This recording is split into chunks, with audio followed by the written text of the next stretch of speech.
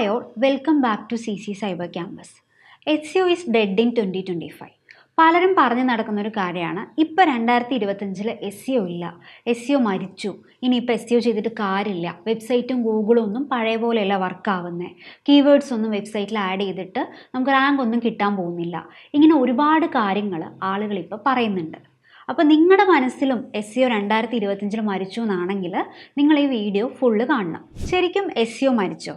S CO മരിച്ചിട്ടില്ല, S CO evolve ആവുകയാണ്.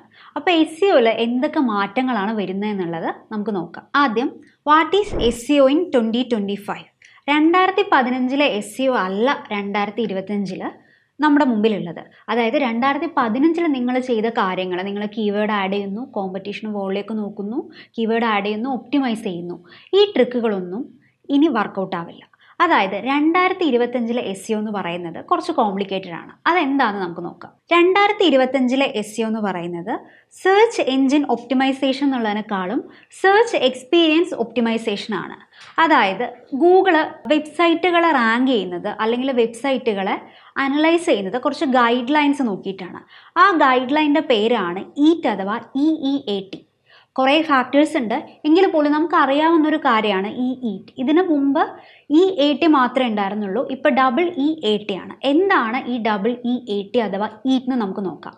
Experience, expertise, അതോറിറ്റേറ്റീവ്നെസ്, ട്രസ്റ്റ്വർത്തിനെസ്, ഈ 4 കാര്യങ്ങൾ ചേരുന്നതായിരിക്കണം ഒരു വെബ്സൈറ്റ് എന്ന് പറയുന്നത്. അപ്പോൾ ഈറ്റ് എന്ന ഗൈഡ് ലൈൻ നോക്കിയിട്ടാണ് ഗൂഗിൾ നമ്മുടെ വെബ്സൈറ്റ് അനലൈസ് ചെയ്യുന്നത്. പിന്നെ ഏറ്റവും ഇമ്പോർട്ടൻ്റ് ആയ ഒരു കാര്യം, ഇപ്പം നിങ്ങൾക്കറിയാം, ഇപ്പോൾ എസ് സിഒ ഇങ്ങനെ മാറി, പഴയ എസ് സിഒ ട്രിക്സ് ഒന്നും ഇപ്പോൾ വർക്കൗട്ട് ആവുന്നില്ല എന്നൊക്കെ പറയാനുള്ള സോൾ റീസൺ എന്താണ്?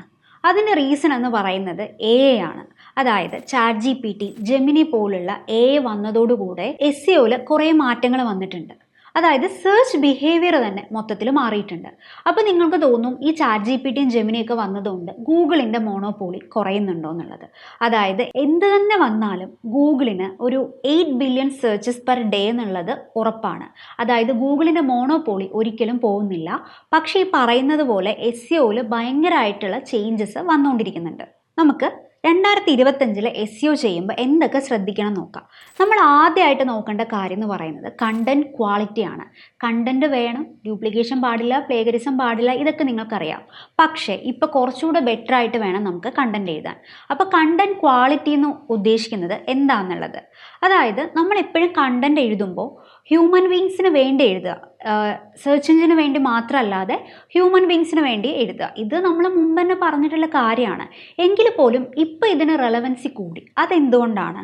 നമ്മുടെ കണ്ടൻറ് എന്ന് പറയുന്നത് എപ്പോഴും ഒറിജിനൽ ആയിരിക്കണം, ഹെൽപ്ഫുൾ ആയിരിക്കണം, അതുപോലെ യൂസറിൻ്റെ സെർച്ച് ഇൻറ്റൻറ്റ് ബേസ്ഡ് ആയിരിക്കണം. പിന്നെ നമ്മളെപ്പോഴും ചെയ്യുന്ന പോലെ കീവേഡ് സ്റ്റഫിങ്ങോ കോപ്പിങ്ങോ ഒന്നും പാടില്ല. പിന്നെ നമ്മൾ ഇപ്പോൾ കണ്ടൻറ് എഴുതുമ്പോൾ ഒരു ടോപ്പിക്ക് നിങ്ങൾ ഫുള്ളി കവേർഡ് ആയിരിക്കണം. അതായത് നിങ്ങളിപ്പോൾ ബെനിഫിറ്റ്സ് ഓഫ് ഗ്രീൻ ടീനെ കുറിച്ചാണ് പറയുന്നതെങ്കിൽ എന്താണ് ഗ്രീൻ ടീ, ഗ്രീൻ ടീയുടെ ബെനിഫിറ്റ്സ് എന്താണ്, ഡിസഡ്വാൻറ്റേജസ് എന്താണ്, ലോങ് ടേം സൈഡ് എഫക്ട്സ് എന്താണ്, അങ്ങനെ എല്ലാ കാര്യങ്ങളും നിങ്ങളതിൽ ഇൻക്ലൂഡ് ആയിരിക്കണം. അപ്പോൾ ഇതുപോലുള്ളൊരു കണ്ടൻ്റാണ് ഇപ്പോൾ എല്ലാവർക്കും ആവശ്യം. അതുകൊണ്ട് നിങ്ങളുടെ കണ്ടൻറ്റിൻ്റെ ക്വാളിറ്റി എത്ര കൂട്ടാൻ പറ്റുമോ അത്രത്തോളം കൂട്ടുക. അതിന് നിങ്ങൾക്ക് എയുടെ ഹെൽപ്പോ അല്ലെങ്കിൽ നമുക്ക് തന്നെ എഴുതാം. അതായത് human writing plus AI writing ആണ് ഇപ്പം നമുക്ക് ആവശ്യം. കണ്ടൻറ് ഉണ്ട്, ആ കണ്ടൻറ്റുള്ള പേജിൻ്റെ കാര്യം എന്താണ്? അടുത്തത് പേജ് എക്സ്പീരിയൻസ് ആണ്. പേജ് എക്സ്പീരിയൻസിൽ നമുക്ക് മെയിനായിട്ട് ആവശ്യം അതിൻ്റെ സ്പീഡും മൊബൈലിൽ എങ്ങനെയാണ് ആ പേജ് പെർഫോം ചെയ്യുന്നതെന്നാണ്. അപ്പോൾ നിങ്ങൾക്ക് എല്ലാവർക്കും അറിയാവുന്നൊരു കാര്യമാണ് മൊബൈൽ ഫസ്റ്റ് ഇൻഡെക്സിങ്. അതായത് ഗൂഗിൾ ആദ്യം നോക്കുന്നത് ഒരു പേജ് മൊബൈലിൽ എങ്ങനെ പെർഫോം ചെയ്യുന്നു എന്നാണ്. അത് കഴിഞ്ഞിട്ടാണ് അതിൻ്റെ ഡെസ്ക്ടോപ്പിലുള്ള പെർഫോമൻസ് ഗൂഗിൾ നോക്കുന്നത്. അപ്പോൾ മൊബൈലിൽ എങ്ങനെ പെർഫോം ചെയ്യുന്നു എന്നുള്ളത് വളരെ ഇമ്പോർട്ടൻ്റ് ആണ്. പെട്ടെന്ന് ലോഡായിട്ട് വരണം. ഈ കാര്യങ്ങളൊക്കെ നിങ്ങൾക്ക് അറിയാവുന്നതാണ്. പിന്നെ ഈ പോപ്പപ്പ് പോലുള്ള കാര്യങ്ങൾ, കണ്ടൻറ്റ് ബ്ലോക്ക് ചെയ്ത് വരരുത്, അതുപോലെ നമുക്ക് ഈസിലി നാവിഗേഷൻ പോസിബിൾ ആയിരിക്കണം. അപ്പോൾ ഇങ്ങനെയുള്ള കാര്യങ്ങളൊക്കെ ശ്രദ്ധിച്ചു കഴിഞ്ഞാൽ നിങ്ങൾക്ക് പേജ് എക്സ്പീരിയൻസ് കറക്റ്റായിട്ട് നിങ്ങൾക്ക് കൊണ്ടുവരാൻ പറ്റും. ഇനി നമ്മളിവിടെ വർക്കൗട്ട് ചെയ്തിട്ടുണ്ടെന്ന് മനസ്സിലായൊരു കാര്യമാണ് കണ്ടൻറ് അപ്ഡേറ്റ്സ്. അതായത് ഔട്ട്ഡേറ്റഡ് ആയ കണ്ടൻറ് ഇനി ഗൂഗിളിന് വേണ്ട, വളരെ അപ്ഡേറ്റഡ് ആയ കണ്ടൻറ്റാണ് വേണ്ടത്. അതായത് നിങ്ങൾ നിങ്ങളുടെ കണ്ടൻറ്റ് മൊത്തം ട്രെൻഡിങ് ആക്കിയിട്ട് ഒരു കാര്യമില്ല.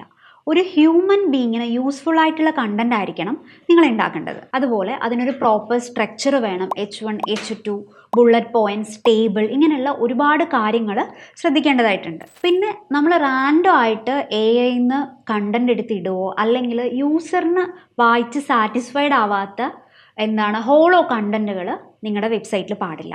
അപ്പോൾ ഇങ്ങനെയൊക്കെയുള്ള കാര്യങ്ങൾ ശ്രദ്ധിച്ചിട്ട് അപ്ഡേറ്റഡ് ആയ കണ്ടന്റ് ആണോ നിങ്ങളുടെ വെബ്സൈറ്റിലുള്ളതെന്ന് നിങ്ങൾ ഉറപ്പുവരുത്തണം. പിന്നെ പലരും അവോയ്ഡ് ചെയ്യുന്ന ഒരു കാര്യമാണ് സ്കീമ മാർക്കപ്പ്. സ്കീമ മാർക്കപ്പ് പണ്ട് തൊട്ടേ ഉള്ളതാണ്. പക്ഷേ സ്കീമ മാർക്കപ്പിന് ഇപ്പോൾ റെലവൻസി ഭയങ്കരമായിട്ട് കൂടി. കാരണം ആൻസർ എഞ്ചിൻ ഒപ്റ്റിമൈസേഷൻ, അതായത് കൂടെ വരുന്ന സമയത്ത് സ്കീമ മാർക്കപ്പ് ഭയങ്കരമായിട്ട് ഇമ്പോർട്ടൻ്റ് ആയിട്ട് വരുന്നുണ്ട്. ഇതിൻ്റെ റീസൺ എന്താണെന്ന് വെച്ചാൽ ഗൂഗിളിന് കണ്ടന്റ് പെട്ടെന്ന് ഗ്രാബ് ചെയ്തെടുക്കാനും അതെന്തിനെക്കുറിച്ചാണെന്നൊക്കെ മനസ്സിലാവാനും സ്കീമ മാർക്കപ്പ് ഭയങ്കരമായിട്ട് ഹെൽപ്പ് ചെയ്യുന്നുണ്ട്. അപ്പോൾ 2025 നിങ്ങളുടെ വെബ്സൈറ്റ് റാങ്ക് ചെയ്യണമെങ്കിൽ നിങ്ങൾക്ക് സ്യൂട്ടബിൾ ആയിട്ടുള്ള സ്കീമ മാർക്കപ്പ് ഉറപ്പായിട്ടും ആഡ് ചെയ്യണം.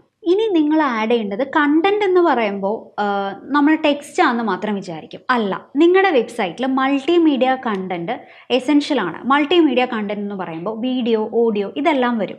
അപ്പം നിങ്ങൾ എന്താ ചെയ്യേണ്ടത്? നിങ്ങളുടെ കണ്ടന്റ് ഫോർമാറ്റ് മിക്സ്ഡ് ആയിരിക്കണം.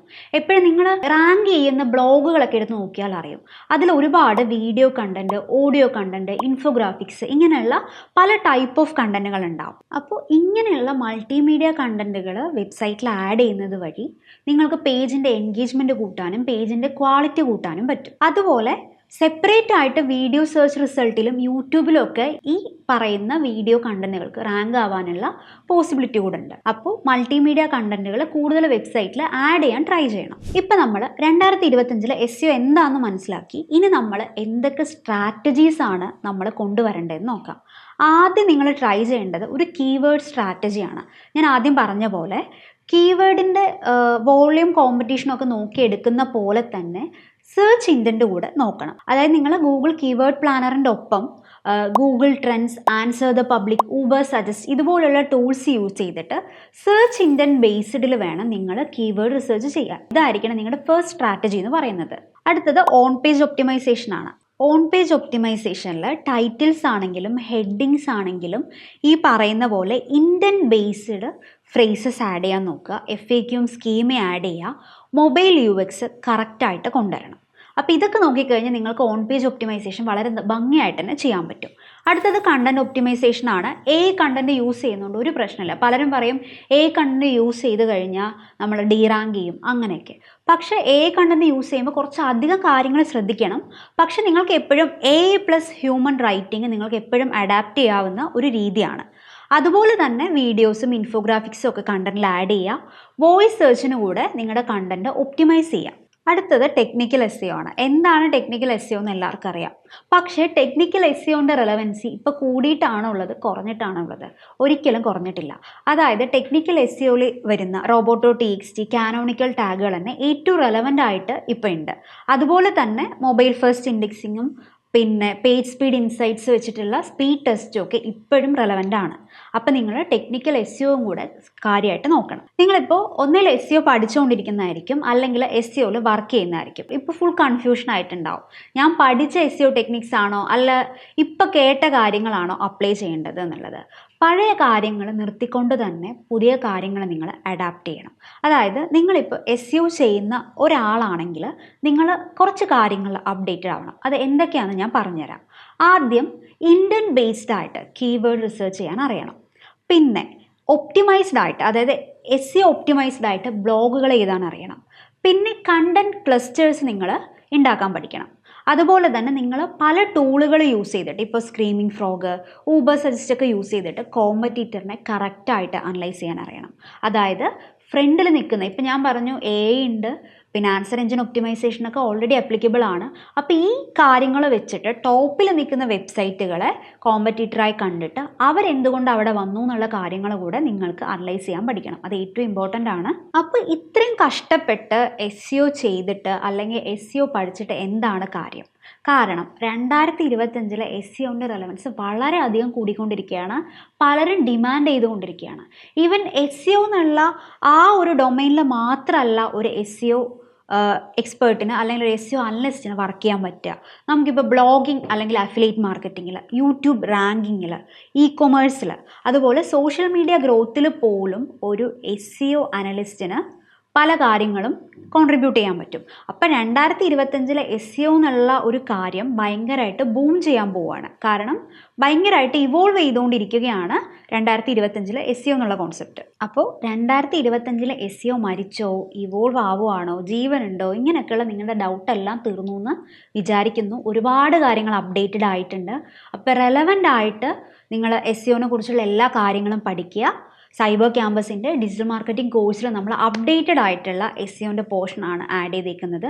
അപ്പോൾ 2025 നിങ്ങൾ SEOൻ്റെ ഫീൽഡിൽ ഒരിക്കലും ഔട്ട്ഡേറ്റഡ് ആവരുത്. ഇതുപോലുള്ള അപ്ഡേറ്റഡ് ആയ കാര്യങ്ങൾ പഠിക്കുക, നിങ്ങളുടെ വെബ്സൈറ്റിൽ അപ്ലൈ ചെയ്യുക.